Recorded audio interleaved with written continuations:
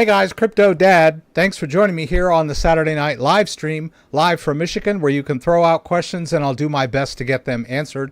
We'll talk about Bitcoin. We'll talk about the news. We'll talk about altcoins. I'm going to move some crypto around for you guys. And as always, I'll do my very best to get to your questions and see if we can't get them solved or do some troubleshooting here live. So thanks again for joining me. There was a little false start there. There's a little thing where I'm supposed to connect to the setup, the live stream that I did earlier with the description and the thumbnail and all that great stuff. And then sometimes I screw up and just hit go live and it like launches a brand new live stream, which has no thumbnail or anything else. So I apologize for that. I'm going to delete that one out of there. So you guys, hopefully you'll be able to find your way back to the actual live stream. I remember I did that a few months back and Dan kept warning me saying, "Hey dude, you've got two streams going." But anyway, sorry for all that. I've got a lot of good stuff I want to share with you guys tonight. The market's been doing good. That's always wonderful. And I've got some new toys that I would like to show you guys and talk to you about. I won't spend too much time on that, but it matters to me. And most of the people in this stream are regular viewers, so you might find it interesting yourselves. And then we'll move into the crypto stuff. I don't do coin evaluations. I do go through the market news. So if you're looking for what kind of coin to buy, you're probably in the wrong stream. If you're looking for tips and tricks on how to do self-custody, I'm your guy. So there's a new coin called SUI, S-U-I. I don't know how new it is, but I just started hearing about it a month or so ago, and I should have thought, hey, maybe I should buy this coin. It seems like there's buzz kind of bubbling up, but of course I didn't. And now it's doing pretty well. So I got my hands on it, and it's a good exercise in how to self-custody. The first question when you see a new coin is, how do I get that coin? Where do I buy it? You know, you have to find a cryptocurrency exchange that is where you can buy it or trade for it. Or if you can't find a centralized exchange, you've got to find a DeFi exchange or a DEX, something like that, to get your hands on the coin. And then the next question, of course, will be, how do I store this coin? I don't buy coins and leave them on exchanges. That's not best practice. If you're going to do self-custody, you should always think about, how am I going to store this coin? And so a lot of times if a coin is brand new, it might be difficult for existing wallets that don't support it. You might have to get a third-party wallet or something like that. And that's always fun, but I'll show you what I did with SUI. And then my next task is to figure out how I can store the private key of that wallet on my Ledger device. I usually stick with Ledger because Ledger seems to be the most supported in third-party wallets. So we're going to go through that process with you guys tonight. I hope you enjoy it. Got some new toys. Sorry for the breaking back and forth, but I think everybody jumped over and found me here. So let's go. Yeah, I think you guys got in. Hey. All right, so let's go over to live scene, and I want to thank everyone that's here. I was late. Yes, what happened was I accidentally started a brand new stream by accident that was just go live, and what that does is that sort of spawns a new live stream on the fly that has no title, that has no thumbnail, that has no description, and it's just me talking. And so I realized pretty quickly that what I had done, so I stopped that stream and jumped back into this one. Thank you guys for sticking with me. Kenny was here early. Bobby is here. And let's see, Andreas is here every week. Good to have you. Mr. Miski is here. Mark Schlossberg from Slovakia. Good to have you. Dustin and Shadow. Gregory Whelan. Hello. Looking promising, our market. Yes, it is looking promising. Things do look like we could get into a good market cycle. The only thing that might put a damper on that is there are two major wars in the world today that seem to be spinning out of control or escalating, as they say. The U.S. government debt is off the charts, and we do control the reserve currency of the world. So if we have a financial meltdown, that could be bad for everybody. What else? Oh, we've got an election coming up in just over a month that is very contentious and could devolve into civil strife or civil war. But other than that, everything else is looking pretty good.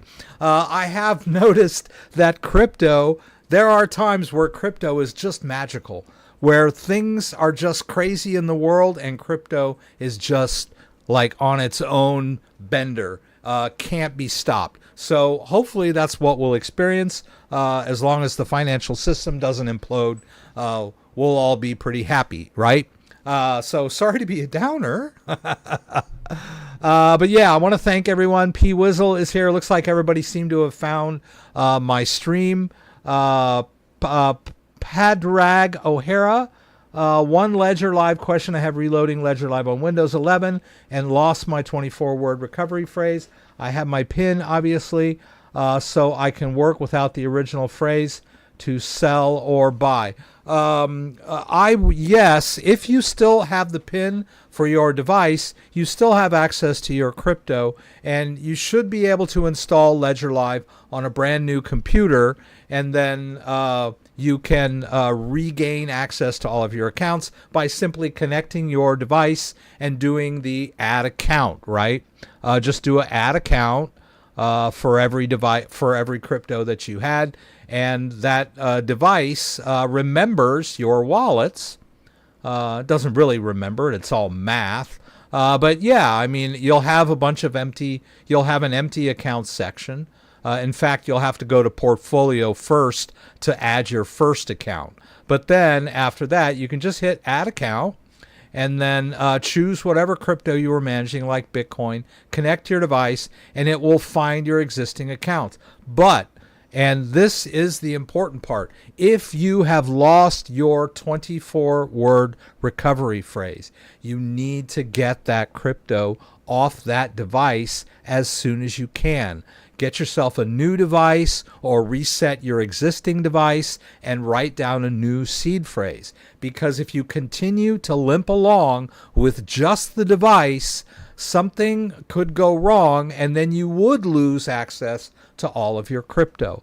So as long as you still know the PIN and the device is still functioning, you can install Ledger Live on a new computer and regain access to all of your accounts. But please, please, please, please, please move that crypto somewhere else temporarily, over to an exchange, or if you have more than one wallet, some other wallet, and then initialize a brand new Ledger device and write down the seed phrase and don't lose it. And then you can transfer all your crypto back onto that device.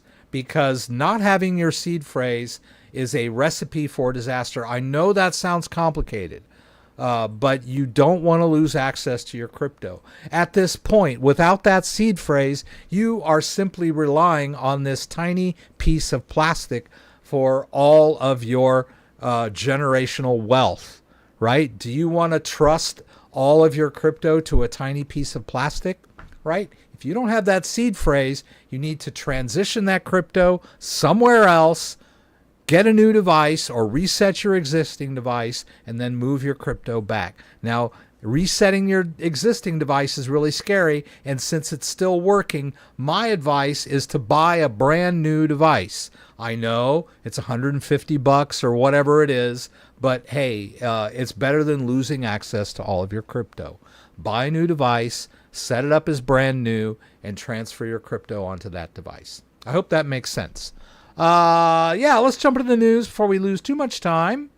Altcoins are surging. That's the headline. And I know Kenny had brought up that I was wearing purple. And I had just gone through all of my AI-generated images and found, let's see, I just want How can what am I doing? Oh, I see what I'm doing. I just want to do this, right? I can't do anything when I'm verklempt. All right, forget it. I was trying to, okay, here we go. Here we go. That's what I'm looking for. Okay.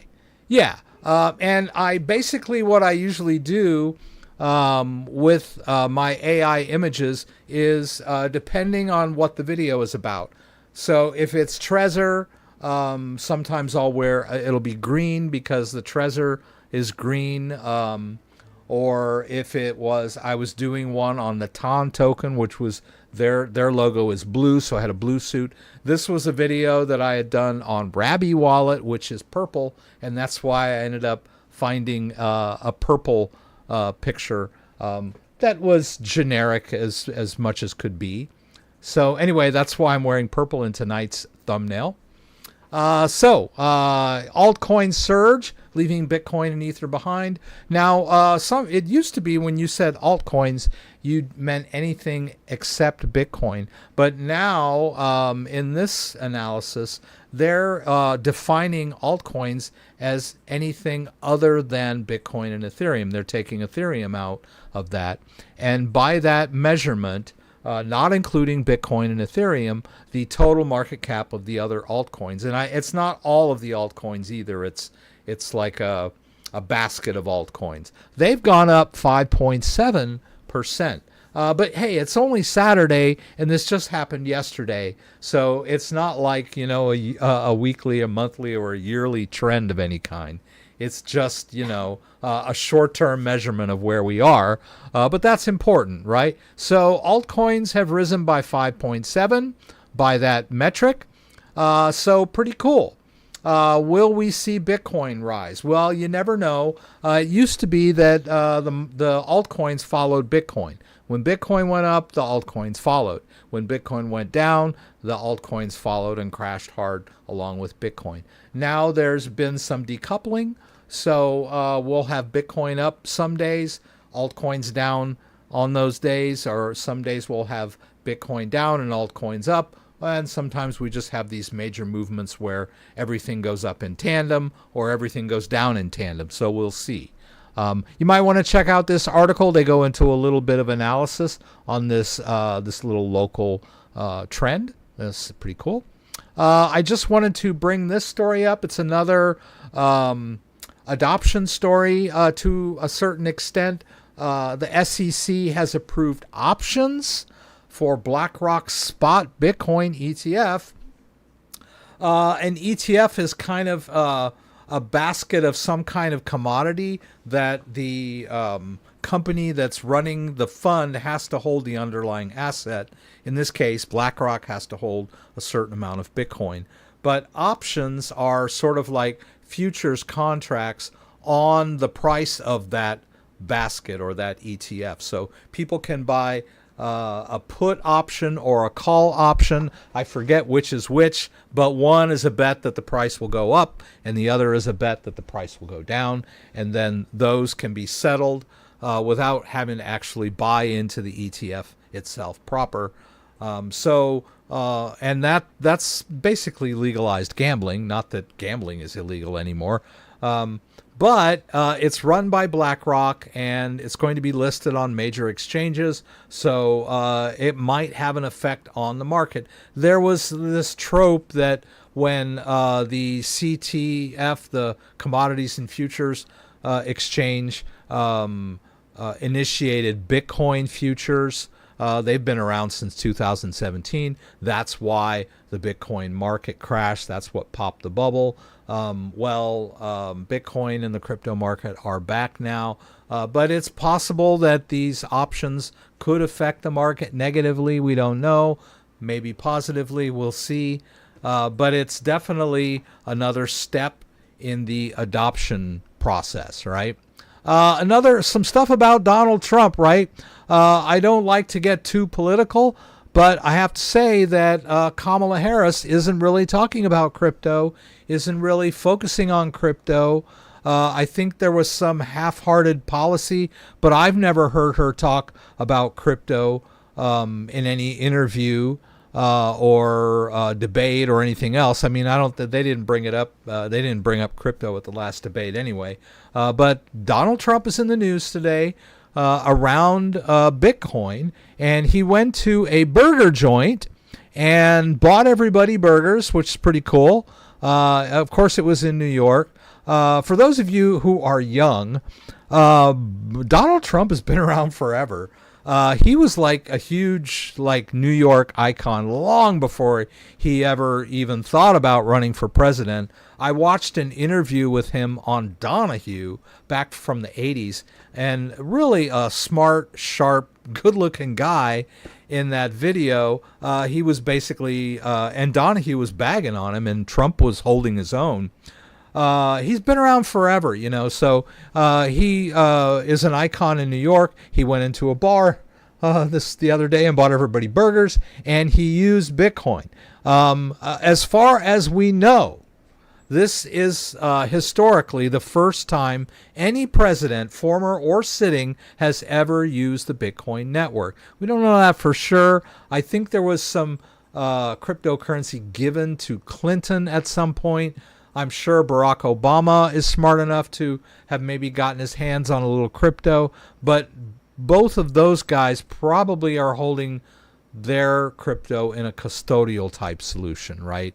Like on an exchange or something. So this is the first time that any president, former or sitting, publicly used the Bitcoin network to actually spend Bitcoin to buy some burgers. So I think it's pretty cool. You might want to check out this story. And then also Trump and his sons have started a new crypto platform. You got to hand it to the guy.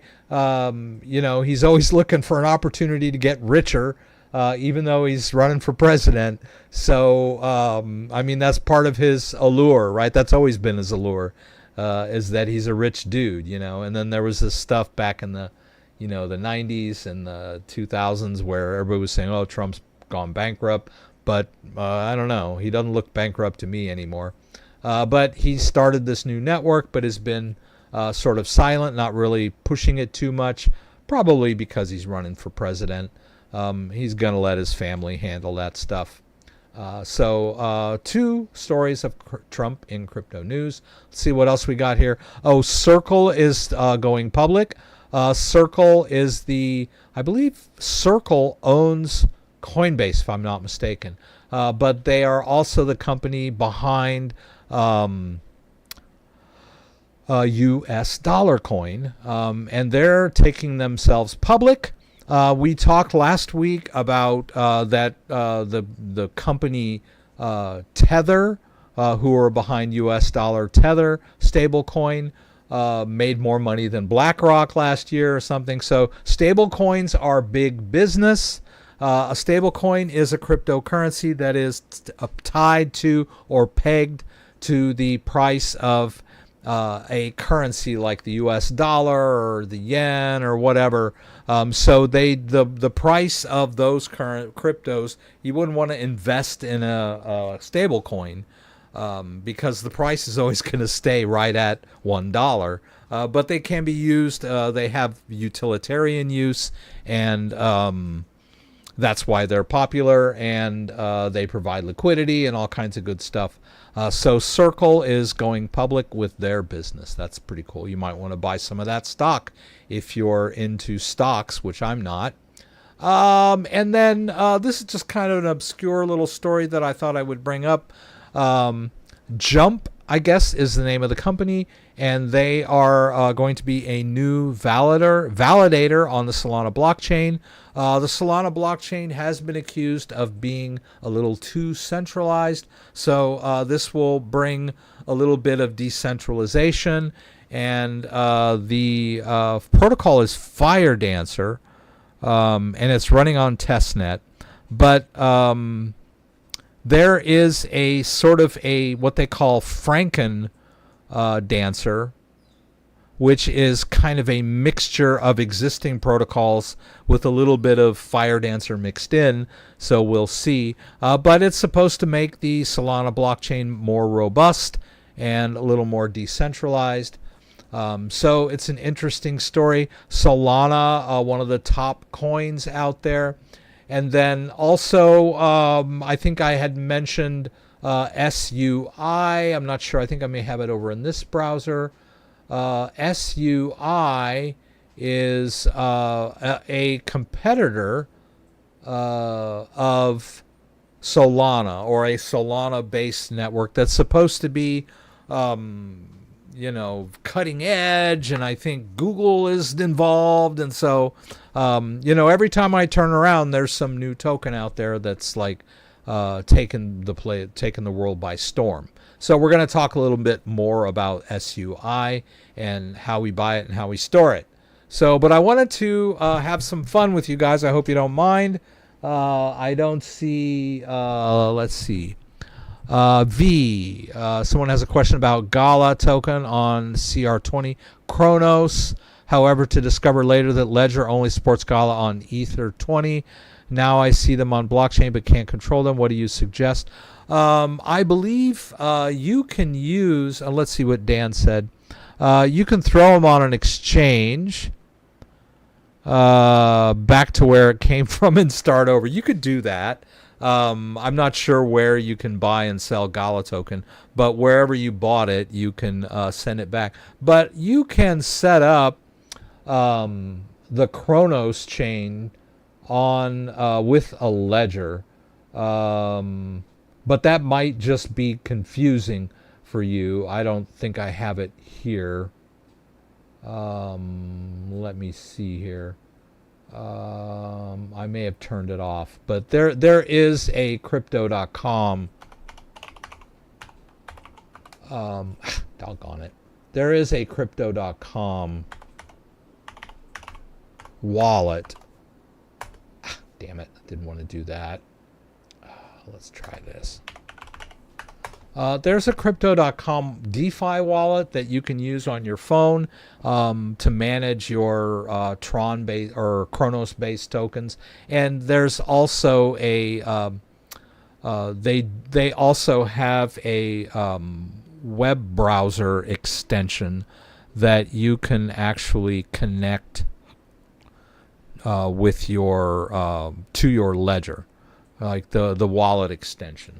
So that's one way of managing your Chronos tokens with your Ledger device, not in Ledger Live. And then, but I get it, you want to do it in Ledger Live. And one of the things we're going to talk about tonight is, it's on the thumbnail. Third-party wallets safer than you think, right? So many people are afraid of third-party wallets, or they don't understand them well. They want everything to be in Ledger Live, and I totally get that. But in many ways, it might be more practical if you're going to if you already have this token in Chronos format, to download this wallet extension and connect your Ledger to that. And so you can manage your Chronos token on your Ledger device, but not in Ledger Live, right? So that's in addition to what Dan told you, which is the easiest thing to do, is just move your Gala back to an exchange and withdraw it on the ERC20 network back to your device. Yeah. So Ledger has supports Gala, but only in ERC20 format. There may I don't want to get too tied up in Gala, because they may have their own blockchain and stuff, so I don't want to go down too far into that rabbit hole. But anyway, let's see here. Yeah, let's do this. Okay, so I talked to you guys last week. I got a new mic. The mic's been pretty good. I've noticed that I recorded a video and was getting some bumping noises. I'm thinking maybe I had my gain too high. If you hear like a thumping, let me know. But I tried to get that down a little bit. As you know, I do a lot of work here on this table for you guys, where you've got an overhead view, and this is what I've been using. But this little nut here is made of plastic, and it's cracked, so it doesn't tighten anymore. And there's there's like a little ball here, and so when I've got the camera attached and I'm trying to get an overhead view, it just droops down. It doesn't work right. So we got another one. I thought you guys might be interested in that. That's going to be fun. So there were some things I needed to do that I've been putting off for a long time, and I hope I don't break this thing just trying to get out of here. Oh, this one's a little more, this one's got a clamp. This is not a word for it. I forget what they call this.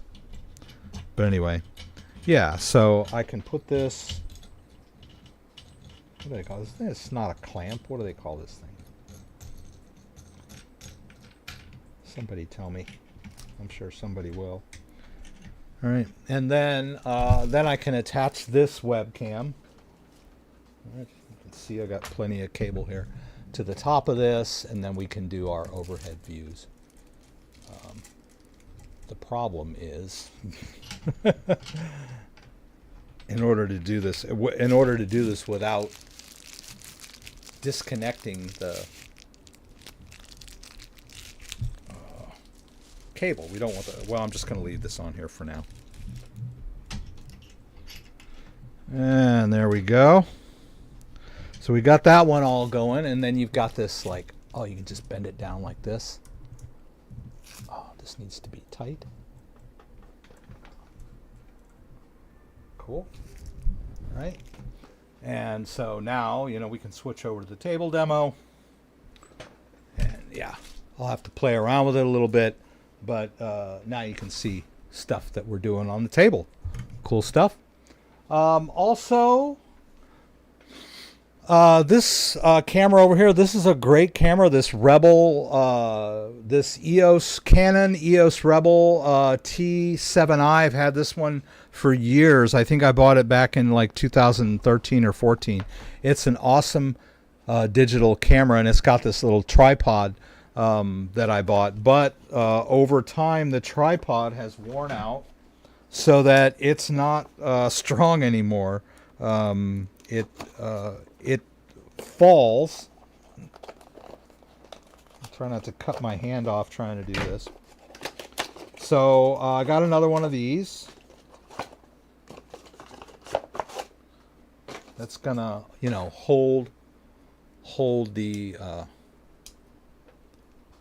its shape better, right? Because I don't know, they get worn out over time, and then they just don't hold their shape right. This one, I can feel it's nice and stiff. That's what I'm wanting. So I'm going to put this camera on that. That's going to be great. And then the coup de grace. Let's go ahead and just get this thing off of here. Well, I'll leave it up. I know it's slightly distracting, but I think I had talked to you guys about a new cooling system on my rig. Like, if you notice the rig over here, it's got a lot of fans, and there is a cooling system that you connect all those fans to, and the main part is the CPU cooler, right? So the CPU cooler attaches to the CPU, and then it has a radiator. So there is water flowing through this system, but it's self-contained. You don't have to like pump water in or anything. It stays that way for years. And then there's also fans that that cool off the radiator. They cool the water as it goes through the radiator, as it circulates through. Well, this new system has a much better way of connecting the fans together. An old type fan, and this is one of the state-of-the-art fans that I bought, but these fans have two cables. One cable is for the power connector, and the other cable is for the RGB hub, right? So every single fan in that rig has these two cables coming off of it, and it can get very confusing. I've learned that when I'm installing them in the rig, that I label each end with a little tag telling me what sequence the fan is in, because a lot of the lighting shows that your lights can do depend on something traveling back and forth across the set. And if if they're not plugged into the hub in the right order, then those profiles don't look right. So you kind of have to keep track of where your fans are. So, and this particular rig has 10 fans. If we go back here, you can see there's 3 here. This is the radiator here at the top. We've got 3 on the side back there, and then there are 3 here facing the front, and then there's that one in the back. That's a total of 10.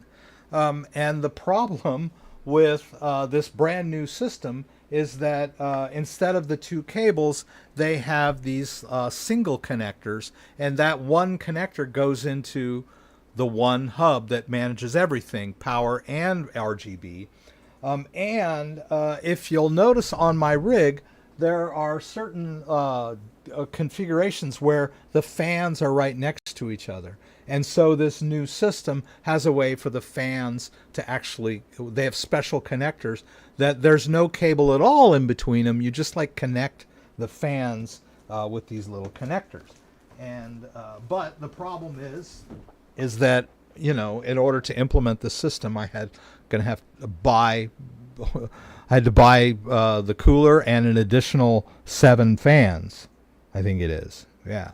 So, but I finally did that. I'm going to tear down the machine. We're going to start from scratch.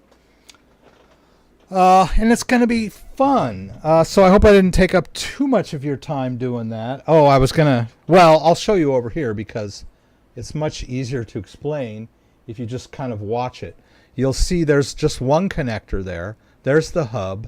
And then notice how these little connectors allow you to actually connect the fans together in a sequence. And then you only have one connector at the end that goes into the hub. So it's a much more simple way of managing your fans. And the problem with systems like this is they're a little touchy. They degrade over time. So I've been kind of itching to redo my system. So not only am I going to redo the cooling system, I'm going to tear down the machine completely. I'm going to reformat both hard drives. I think Ken and I were talking about he had some problems with his machine. And I told him, well, you know, you can take your old hard drive and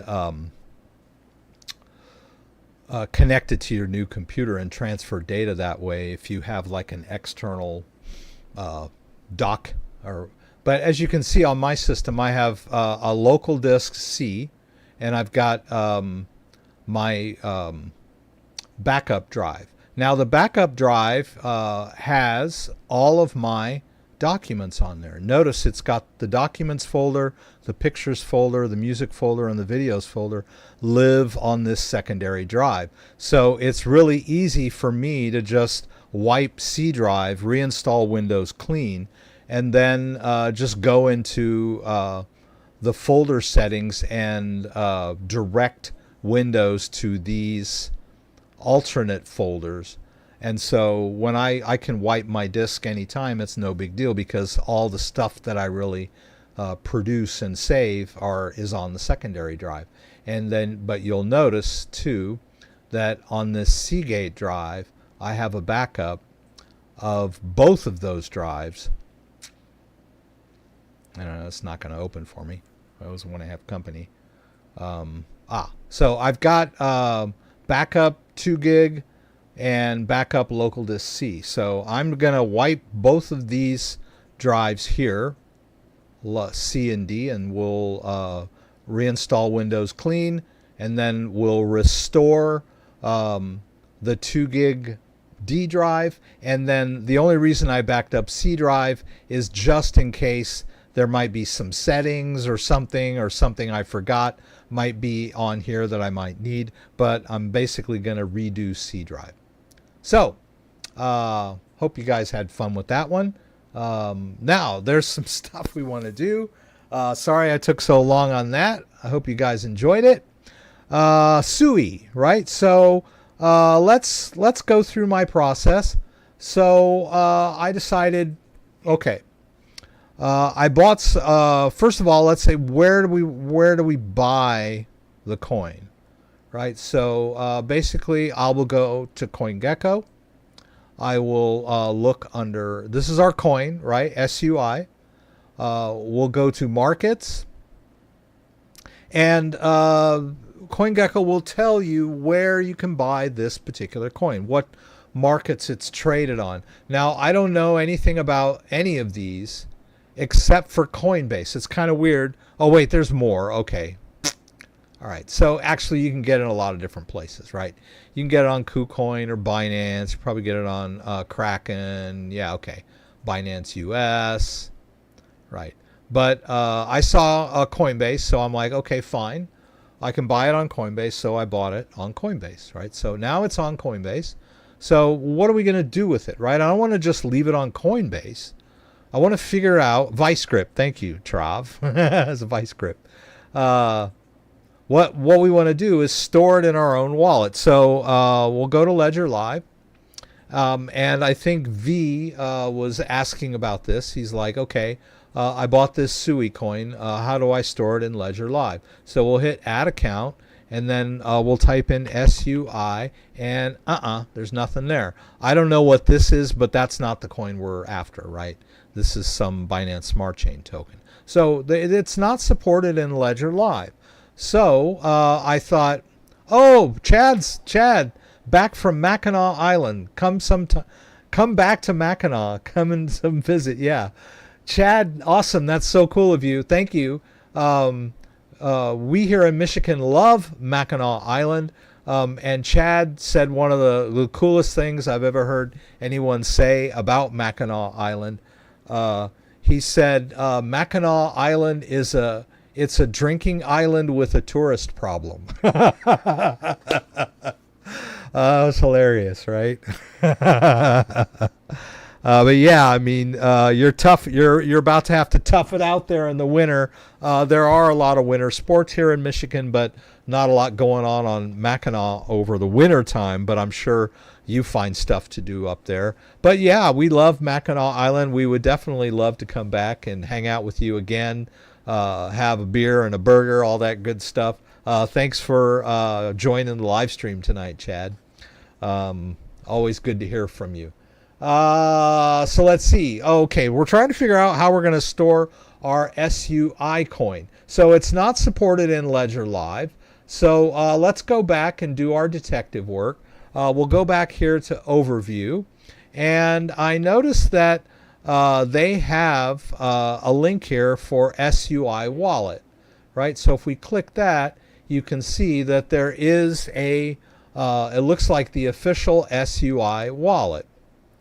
I don't know if you can get there through their website. Let's see. Maybe not. Don't see it. Okay, yeah, sometimes it's hard to find a wallet on the homepage of a crypto. But usually what I'll do is I'll just do Google Sue wallets, right? And then usually you'll find articles, with the best wallets on SUI, right? So this is where your little detective leads you, right? They got Suite. So I hope I'm probably not pronouncing these right. Sue Wallet, which is the one we stumbled upon, Ethos Wallet, Surface Wallet, and Nightly. All right, so let's say we're going to use this guy, right? So I'm going to use the browser extension. I don't like to do these on my phone because your phone is not a very secure crypto device. Just in the same sense that your computer is not really a very secure place to store the private key for your crypto. That's why we use hardware wallets, because the private key is stored offline. So a hot wallet is like a computer wallet or a phone wallet. So I'm not a huge fan of phone-based wallets because they're basically hot wallets. Although there are some wallets that you can download for your phone that will allow you to connect through Bluetooth to a Ledger device, like Solana wallet will let you do this. The Rabby wallet version, the mobile version of Rabby will allow you to connect to a Ledger device through Bluetooth. I don't know about Sue Wallet, but I'm going to start with the browser extension, right? I've already added it to Chrome before, so let's get rid of it. I'm just going to show you real quick. Here it is. All right, and you can see that, oh, I have to put in the password here, okay. Yep. All right, so there we go. And you can see I put 20 bucks in there as a little test. All right, so, but let's back up a little. Let's start from scratch. Let's take this guy off. Okay. Remove from Chrome. Okay, there we go. Now, why would I have done that? Well, I just want to show you how this goes from the beginning, right? And I'm not worried about the crypto because I didn't use a standalone browser extension. I connected my Ledger device. All right, so let's hit add to Chrome. We'll go ahead and add the extension. And let's set this guy up, right? Well, I could sign in with Google or Discord, it looks like, or whatever that is, Twitch. I'm not going to do that. Let's go to more options. So I could create a brand new wallet with a passphrase. It'll give me the passphrase. I'll write it down. Or passphrase account. Or this should be backup phrase or mnemonic phrase more precisely, but that's okay. I know what they're talking about. We can import an existing mnemonic phrase or a private key, which would be like a really long number that you can back up and store on your computer as like a file. And then if you have that file either on a flash drive or a secondary hard drive or wherever, you can reinstall the wallet using that private key. We don't need to do that. It's actually just a long number. You could actually write it down on a piece of paper and then type it back in. We want to set it up with a Ledger.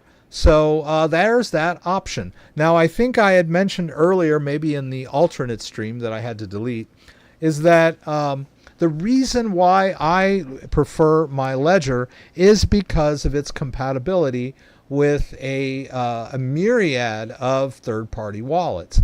And a lot of people don't like third-party wallets, as I mentioned earlier. They're scared of them. They don't think they're safe, or they're too complicated. They just want to do everything in Ledger Live. But in our case here, Sui, we can't, right? We want to store this token in our wallet, but it's not compatible with Ledger Live, so we need a third-party wallet. But I want a third-party wallet that allows me to utilize my Ledger device, and so here we go. Right? And Ledger Live seems to be the wallet with the most support across the third-party wallet ecosystem. It's just second to none, right? So let's hit setup with Ledger. Now they say, okay, well, you need the Sui app on your device first. I kind of figured that. So I've got my stacks, right? Let's go ahead and enter the PIN.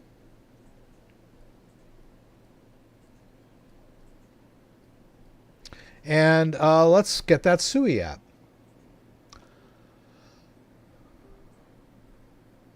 All right, it's going to ask me to allow access, so it can manage my device.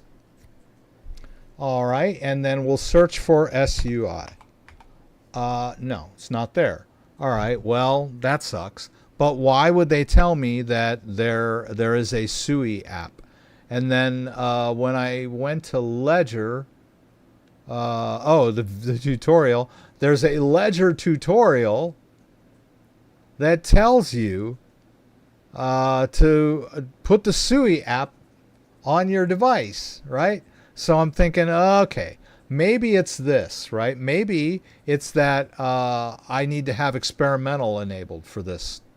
Some apps are like that. That you have to have experimental or developer mode enabled for one to be there. Like, for example, let's try, I think, I can't remember. I don't want to say his last name, but he comes to the live stream. He was looking for Thorchain, and he couldn't find it.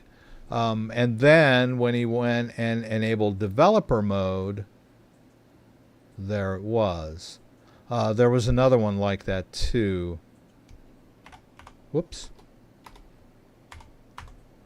Oh, well, anyway, that wasn't a good example, but there are some apps you cannot find unless you've got developer mode, but not so for our friend SUI.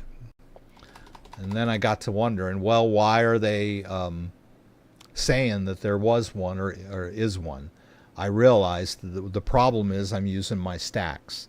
And so there are some apps, a lot of them actually, not a lot, I mean, not to matter that much, but there are a decent amount of apps that are not available on the stacks, but are available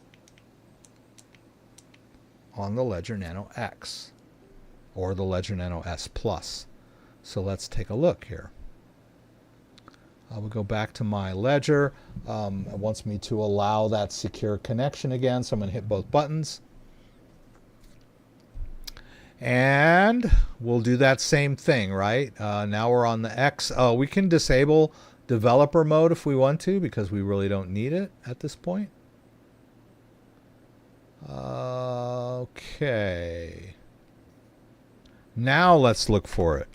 Lo and behold, there it is, right? So keep in mind, there are certain apps that are available on the Ledger Nano X, but not on the Flex and the Stacks yet. That's because it's a slightly different operating system, and not every developer has time to roll out the new updated Stacks compatible app.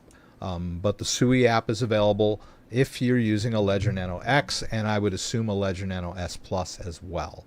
So we're going to go ahead and install that on our device. I think it may have already, oh no, I took it off my device, right? So there it goes. You can see there's a little progress there, right? It's installing the app on my device. Now, interestingly, not only did I delete the extension wallet, I also had earlier before the stream deleted the entire app off my device. And one would think that that would destroy the crypto wallet that I had set up, but it does not. Let's get this camera up and running, because I'm starting to do more stuff with, yeah, we're gonna have to do this, go through this nonsense too. Okay. Yeah. Let's get this guy down to size, huh?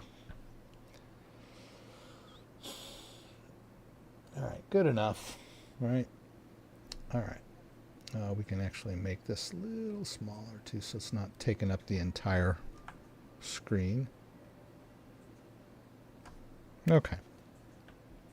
All right, so we have our Ledger Nano X, and we have our SUI app. Let's get into it.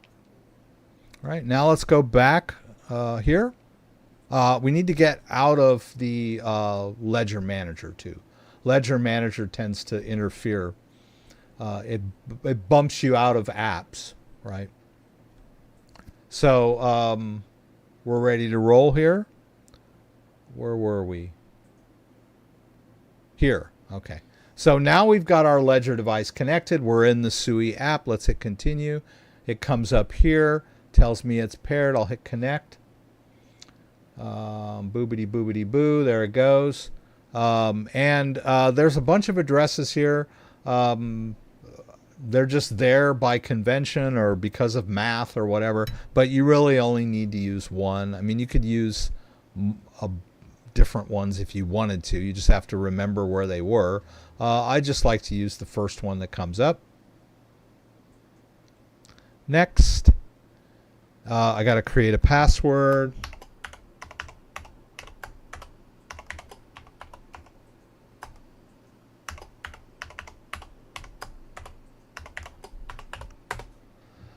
I got to say I agree, and we'll hit create wallet, and boom, there it is. Look, and that $20 worth of SUI is still there. Isn't that amazing? Right? That's what we wanted before. And then here is our address, right? And now we can go to Coinbase, and let's go to our SUI, and we're going to send it. I'm just going to send it all because I've already done one, right? And then I'll paste in that, I'll paste in the address. And as you can see, it's confirmed. It remembers, hey, you did this 5 hours ago, right? So we're good on the address. That's a large amount to be sending without first doing a small test, which I have done already, right? So please don't send huge amounts of crypto without doing a small test first. All right, we'll do that. I don't know what they're going to charge me. It's not going to take very long. Oh, 15 cents. I can live with that. I need my two-factor.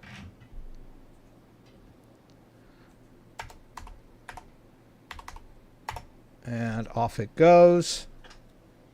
And I don't need the device connected to receive the crypto, right?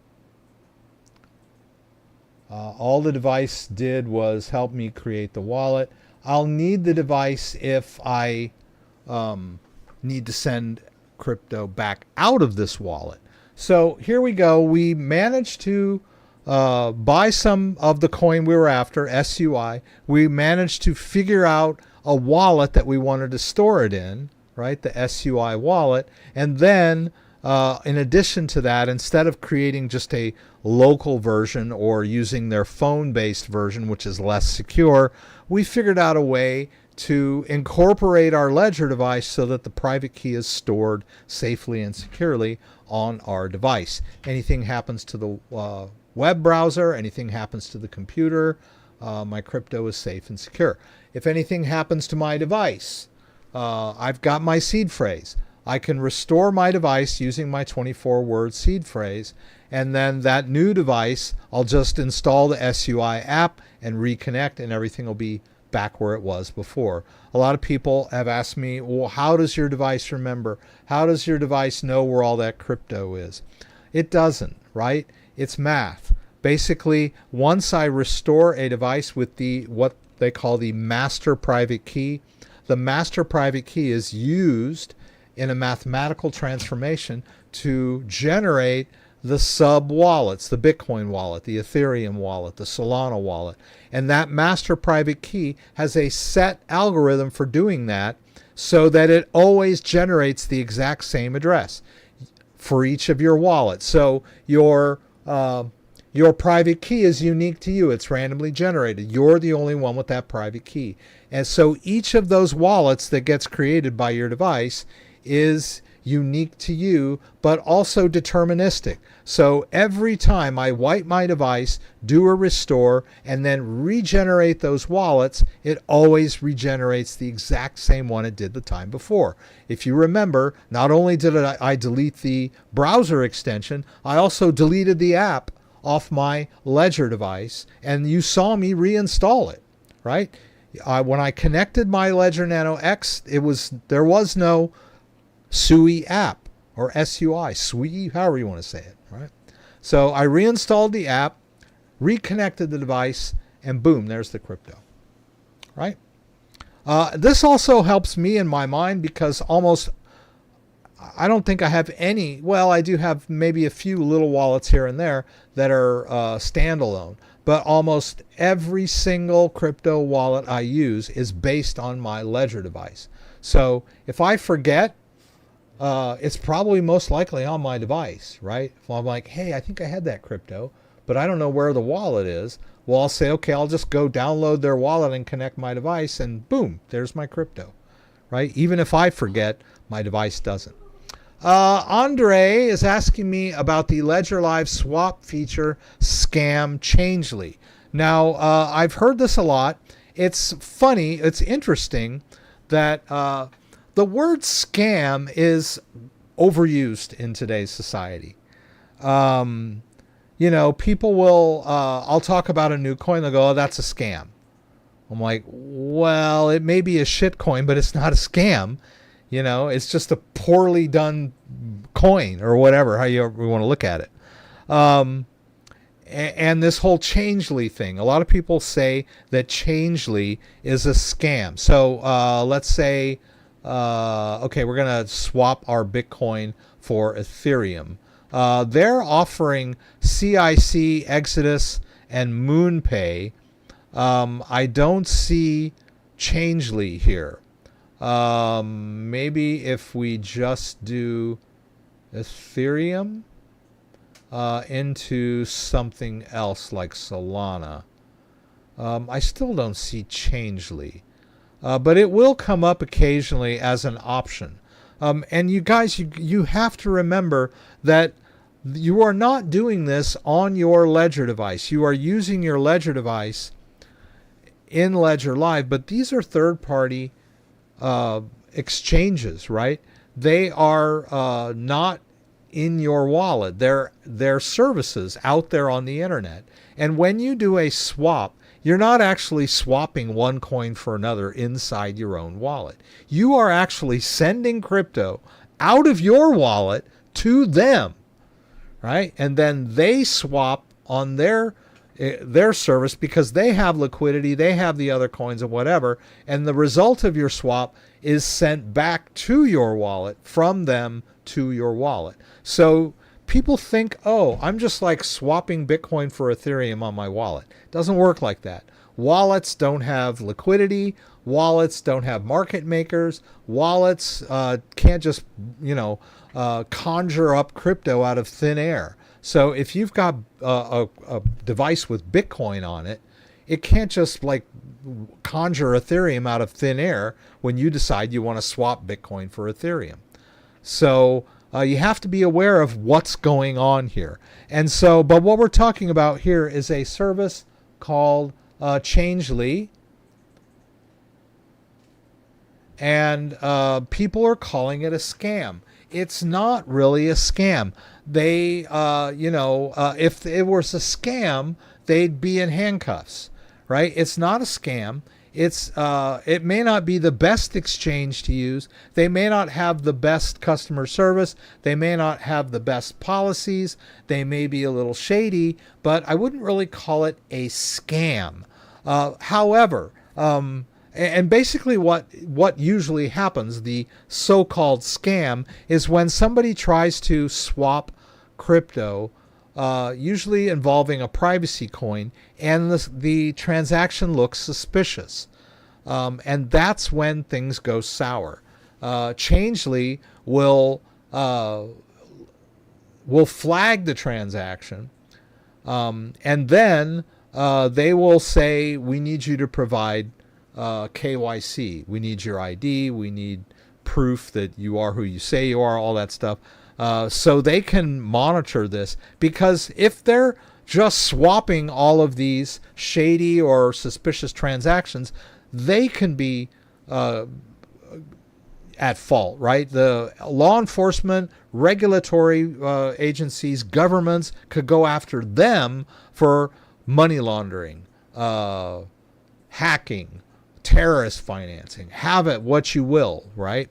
So they're just protecting their butts by holding these transactions until they've got all of the information they need for this to be a above board legal transaction. Well, the problem is that they're slow. Their instructions may not be clear. People may not quite have all the proper documentation. And first and foremost, above all here, is if they think the transaction is suspicious, they should just not allow it. But instead, they're in business, right? They want to make money. So what they do is they will allow you to initiate the transaction, and then they'll halt it in the middle and ask for KYC. And they're holding your crypto hostage by doing this. Because if they just denied it, then people just wouldn't use their service at all, right? If that makes sense. But there are a lot of Reddit forums like the Monero forum where you are not even allowed to talk about Changely, because everyone in the Monero Reddit considers Changely a scam. They consider it not above board. Well, they think they're thieves. They think they're stealing people's money. But it's not really. It's there under pressure. They used to be like wide open, right? They used to be, you know, hey, bring me your tired and hungry crypto and we'll swap it for whatever you want. No. But then they're under a lot of pressure now, so they've had to tighten up their procedures, right? But yeah, I mean, it would be better if they would just refuse the transaction if they felt it was suspicious, as opposed to initiating the transaction and then holding your crypto in limbo while they straighten everything out. It's my understanding that a large portion of these end up getting resolved, but they could take a while, right? But that pisses people off. If it doesn't happen right away, they have to wait a month, then they've been scammed, right? Everything's a scam. I think the definition of the word scam is anything you don't like, right? I don't like that. That's a scam. Like, it didn't happen the way I wanted it to happen, so that's a scam, right? Anything that's unexpected or, violates your sensibilities or whatever, that's a scam, right? But I don't consider this a scam. But anyway, thanks for bringing it up, Andre. What else we got going here? Let me see. I probably missed a few questions here. Dan gave a support article to V. Rabby supports Kronos. Yes, Teju, thank you. Yes. Rabby is actually a really good solution there for your situation, because Rabby not only supports Kronos, but makes it really easy.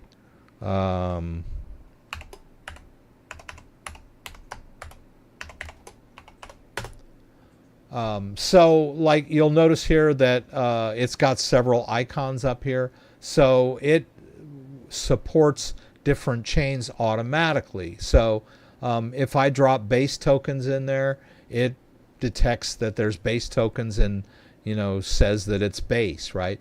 If I drop some Avalanche in there, it automatically adds the Avalanche network or detects it, and then gives me a breakdown of which coins are in which networks. The only problem with Kronos is there's more than just the ERC20 based Kronos. There's like 3 different Kronos chains. So Kronos is very complicated. I'm not a huge fan. But it is fast and cheap if you can figure out how to use it, right? I think Dan's original suggestion was send your Gala back to an exchange and withdraw it in the format you need, right? That's pretty easy. Let's see, more adoption and liquidity, but will the risk of manipulation of the BTC be too heavy to stunt its trajectory? That is a valid point when we're talking about BlackRock being involved in options trading of Bitcoin ETFs. Well spoken. Your setup is similar to mine. Cool. Yeah. Another thing I'll mention about my rig is that sometimes it overheats and the fans start blinking red. And I've tried different configurations. Sometimes I use it at just a percentage, and then I kind of have to move it up and down depending on what I'm doing. The automatic adjustment doesn't always work the way I want it. Generally, my problem with the automatic, there's a term for it, RPC or whatever. It's variable speed fans. My problem is that when I'm just sitting at my computer browsing the web, and I've got variable fan speed on, it's too fast and I can hear them, and it bothers me. So I have to get my own profiles to keep the fan noise down, because they really don't need to be spinning much at all when I'm just browsing the web. But the IQ software that manages the RGB and the power, if you're using their power connectors, as opposed to plugging your fans directly into your motherboard, their IQ software is notoriously buggy. And then whenever they run updates, things go awry. Whoever their developers are, they have little scripts that they run for updates, and they'll break your existing IQ, and then your fans don't work right and your lights don't work right. So I'm hoping with this new system and a clean version of IQ, I'll be back in business, right? Let's see, where are we at? So that was the scam, right? Many people did not receive their money back after completing KYC. Yeah, I think that a lot of people are in there complaining on Reddit about Changelly because they don't get their money back within 24 hours. Sometimes it takes a week or two or a month. And the people that are in there complaining after having their crypto held for more than a day, or even they're in there complaining after an hour, they don't usually come back after a month to give an update that they finally got their money back. So really what you're seeing, what's jumping out at you are the people complaining, claiming they've been ripped off and lost their crypto, when in reality they ended up getting their crypto back eventually, just not in a timely manner, which sucks. What is the Ledger Base app I saw earlier? Oh, yeah. Interesting you would bring that up, because there is a way to do Base on Ledger now. Wherever it is. Where'd it go? It was here, I swear. Base. No. Oh, no. I don't know why it's down here so far.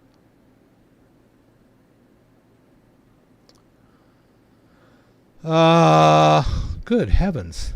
Anyway, I have it. I have a Base account. So you can create a Base account in Ledger Live, and it will see your Base Ethereum, right? Just like, in Rabby, it happens automatically, but in Ledger Live, you have to manually add the Base account. I don't know why I couldn't find it just then, but it is there. It exists. Pardon me. And it does see some Base tokens, not all of them, right? There are a few Base tokens that I can see in Rabby that I don't see in Ledger Live. But it does a pretty decent job of I like to be able to see my portfolio in Ledger Live, but I don't do any much real work in Ledger Live. I just prefer to use Ledger Live as a wallet, as opposed to a place to swap and buy and all that other stuff. Call me old-fashioned. Another thing that's cool is that Ledger now supports TON, which they did not before. That's a fairly recent one. So if you have any TON coin, and I'll show you too, I was using the TON Keeper third-party browser extension, and I was using it with my Ledger device. So my Ledger device had the TON app, and I could use the TON Keeper third-party wallet to view that, but I couldn't see it in Ledger Live until recently, and now they support TON, and they also support Notcoin too, right? So I can see some of my, but there's another TON token that they don't see. You'll notice that I also have a token called Plain, which I can see in TON Keeper, but not in Ledger Live. So you have to be aware of these little idiosyncrasies. But Ledger Live is doing a pretty decent job of supporting more blockchains and tokens and whatnot. So if it was a month, it'd be fine, but there have been many cases of 8 months and still not received to this day. Yeah, I don't know. I think that's why they're called scammers, is because of those outlier cases. I don't know if there are that many of them. I think most people go on and use Changelly without any issues and don't even need KYC. But those people aren't complaining on Reddit, the people that use it without it having any problems. It's only the people that are having problems with it that are complaining about it. And of the people that have problems and are required KYC, there are some outliers that maybe they never get their money back. I don't know. And I don't know what Changelly has to do with that money. They obviously can't just put it in their till, or they'd be accused of money laundering, right? So I don't know what happens to the crypto that they hold in limbo and never get back, but I doubt they're just putting it in their back pocket. The reason they're doing this is regulatory pressure. But I'm just a guy. That's just my opinion. I don't know. While we're getting down to the end here, but I did want to. I forgot to do this earlier, and it was I always like to let you guys know that when I put out a new video, and I've did a video on the OneKey Pro, which is a really cool crypto wallet. They were very kind to send me. You saw me open one about a month ago. I think I opened it on the live stream, and they had sent me some swag. Yeah, it's a really cool touchscreen crypto wallet with a fingerprint reader. EAL security. Can also be used as air-gapped, but I was pretty disappointed in their air-gap functionality. The only way you can use the air-gap functionality is with MetaMask, and they say that their OneKey software is not yet available yet with air-gap, but they show it on their website, which is a little deception. Well, I don't know. It's not a scam, but yeah, they're showing someone use the air-gap functionality using their OneKey software. But when you enable their air-gap, it only works with MetaMask, and their software is coming soon. Anyway, it's still a great wallet, right? But I did, and I'm not a huge fan of air-gap anyway. I think it's more security theater than anything. So I did a video on that, and I wanted to highlight a comment because I spent a lot of time replying to comments, and I kind of want to share them with you guys. Let me see if I can find this particular comment. Okay, so here's the comment. And I get this a lot. I did want to bring this up in the agenda. People worry about China, right? A lot of people will bash wallets because they're made in China or Asia, right? There are wallets made all over the world, not very many in the US for some bizarre reason. But let me show you how this conversation went. Hey, CryptoDad.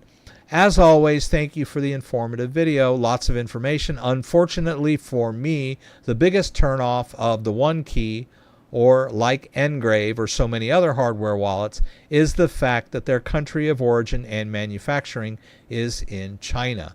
Caps. We have all seen far too often that China is notorious for embedding spyware and traceware into many electronic systems they make, with everything being capable from GPU boards all the way to the most recent was a crane used in US ports with a Chinese built-in backdoor. Let's just hope that someone from a non-adversarial country can develop something like this, or hopefully even better. Thank you. So a valid point, right? Here's my counter to that. Hey, I hear you. But if you ever saw Edward Snowden, he made this point too. First off, I'll mention that China is not our enemy. We are not at war with them. We still trade with them. So they would be more reasonably looked upon as our rivals. But if anyone is notorious for spyware, traceware, and constant surveillance, it is the U.S. along with its Five Eyes allies. So really, we're not safe anywhere. So the two largest hardware companies are Ledger and Trezor, based in France and the Czech Republic, respectively. I believe Cold Card is based in Canada.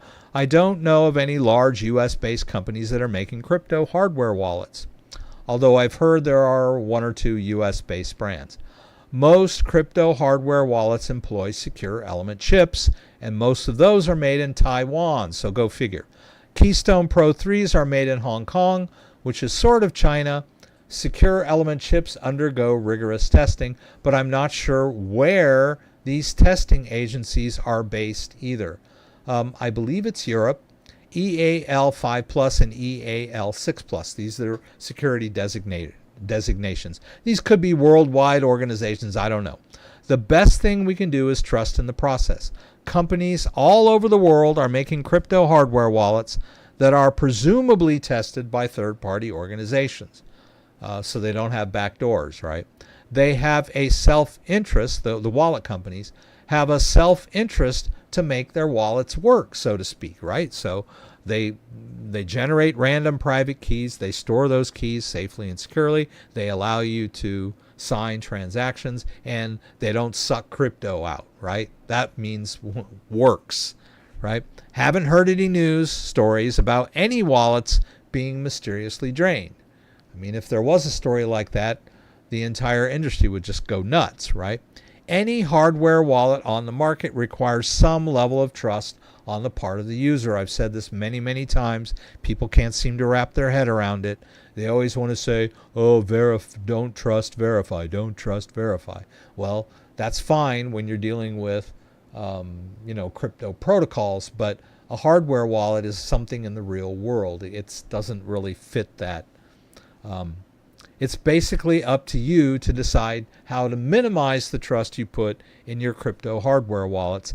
It's either that or start doing elliptic curve cryptography yourself with a pencil and a paper. And I would rather trust a company that specializes in crypto hardware wallets than my own self. So either you make your own wallet and you know there's no backdoors in it and it's screwed up because you don't know what you're doing and you lose your crypto, or you put your trust in a professional company that's in the business of making wallets that they test, that are tested by third parties, that do their best to, make their software and their protocols transparent, or so shall we say open source. But when it comes right down to the guts of the machine, it's a secure chip element, which is secret by design, and so you kind of have to trust in that it works, right?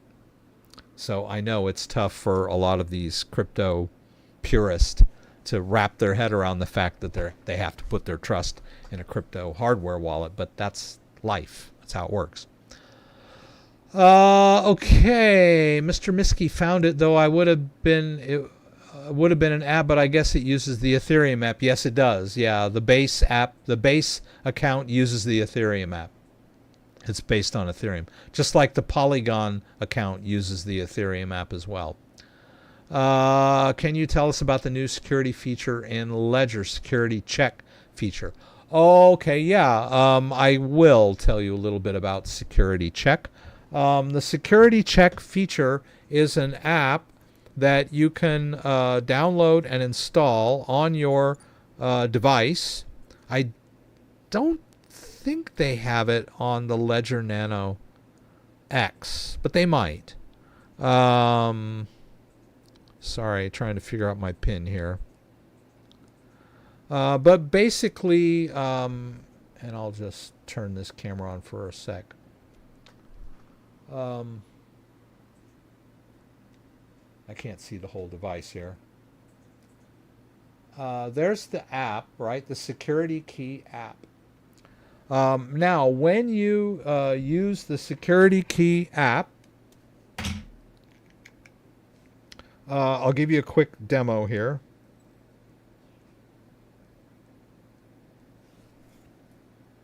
Ugh.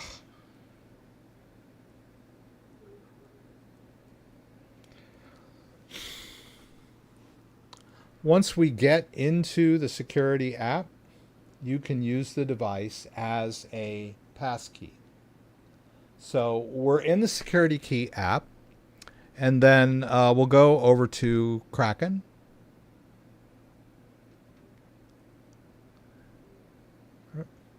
And it bombed me out of this thing, which is kind of a pain. All right, let's try it again. Let's get in there. Okay, so we're back in security key app again. Let's go to login.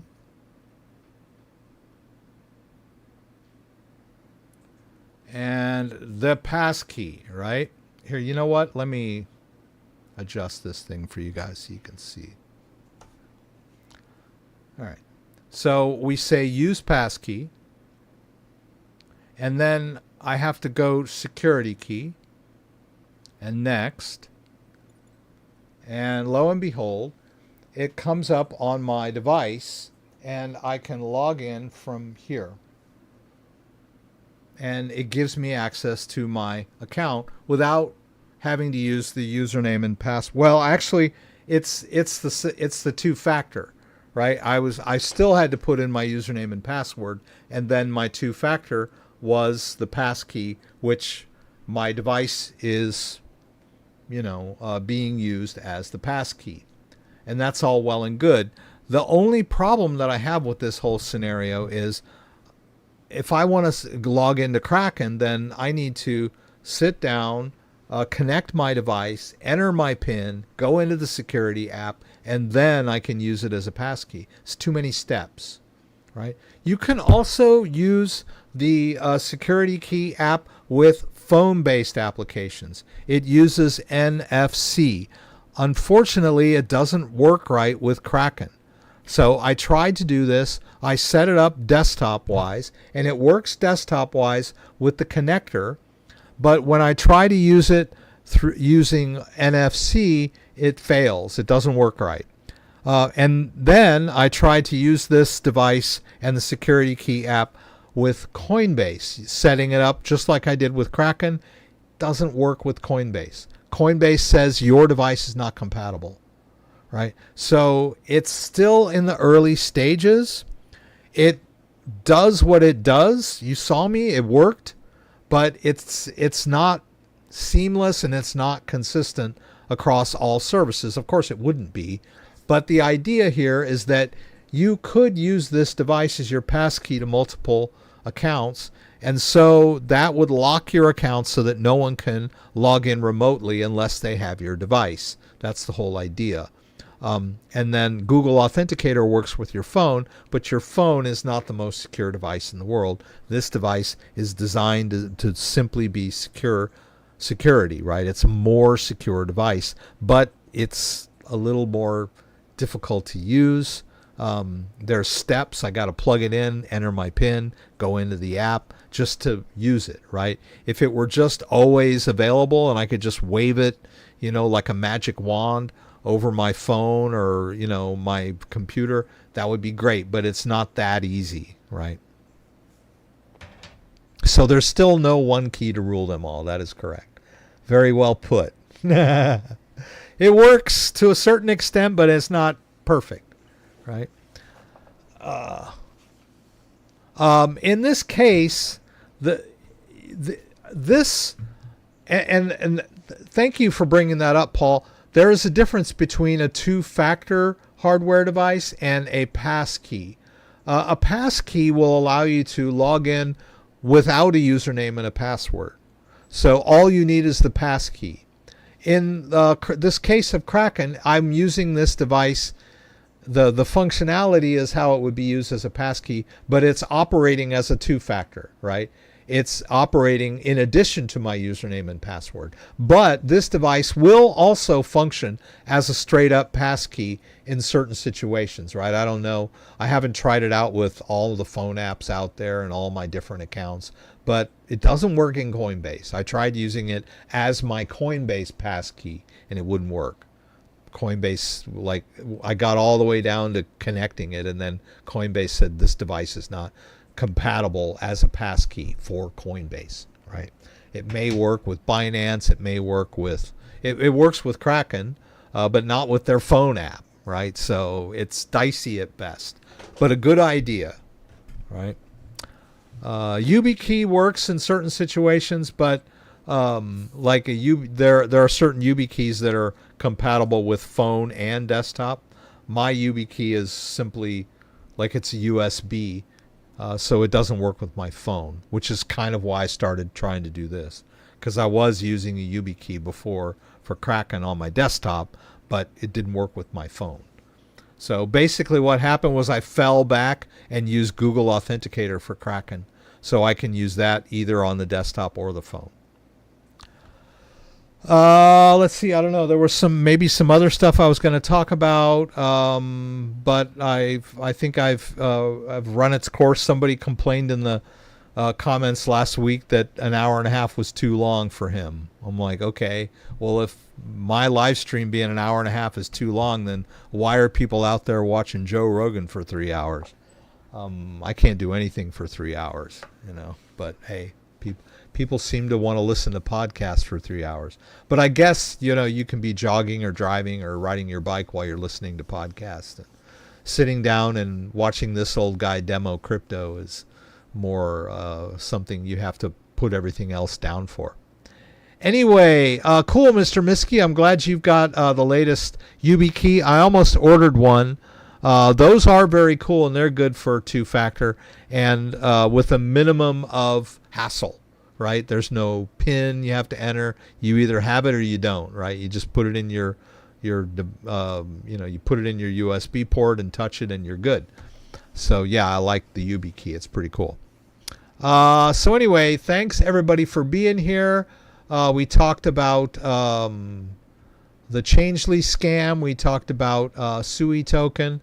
We talked about some new coin functionality in Ledger Live, TON, and Ethereum. And there was some other stuff, but I'll just pass on that. And keep your eyes open. I'm going to have a whole new rig next week. It's going to be awesome. Let's go back over here. I want to thank everyone that was here tonight. Sorry for the shaky start. I accidentally started. I just hit go live instead of connecting to my pre-prepared setup with my thumbnail and description and everything. But luckily I realized it within a couple of minutes and started again. So thank you all for finding your way back. I appreciate it. Thank you, Kenny, for the news, as always. Thank you, Andreas and Mr. Miski and Mark for being in early. Hans Hannah 350 was also here before the stream started. Dusted in Shadow, Gregory Whelan, Bobby, P. Wizzle, everybody that was here and that asked questions, thank you so much. Thank you, Dan, for moderating. I really appreciate it. Always good to have Dan here with me on Saturdays. Dan, also thank you for all of the market updates during the week. Dan and I are a member of a local investment group here, and Dan is very diligent about giving us updates on strategies and charting and closing prices and all that good stuff, weekly closes, trends and all that. So thank you so much for doing that, Dan. I really appreciate you. I'm sure the other guys in the group do as well. Anyone that was just here watching, thank you so much. Thank you, Chad, for being here, and thank you for that generous donation up there on Mackinac Island. I hope you weather the winter well up there on Mackinac Island. Great place. Michigan is such an awesome state. What I really love about Michigan, in addition to all that's cool about Michigan, is that I chose to live here. We decided we wanted to move, and we had a lot of options, different places in the country, and then we decided on Michigan. And we had lots of places in Michigan that we were thinking about. We liked West Michigan. We ended up in Grand Rapids. And so every time, I sing the praises of Michigan, part of that pride and joy is that I chose to live here. So it's a great state. I highly recommend Michigan. Let's see. I'll be here again next week, Saturday, 6 p.m. Eastern Standard Time. Join me again for the live stream from Michigan, where you can throw out questions, and I'll do my best to get them answered. Hope to see you there. If you like this video, give me a thumbs up. If you'd like to subscribe to this channel, I would appreciate it. When you subscribe, there's a little bell that you can click that will allow you to be alerted whenever I post new content. Once again, thanks for joining me, and hope to see you again soon. Check out the channel. I do a lot of standalone videos as well. Everyone have a good night. Ugh, are you kidding me?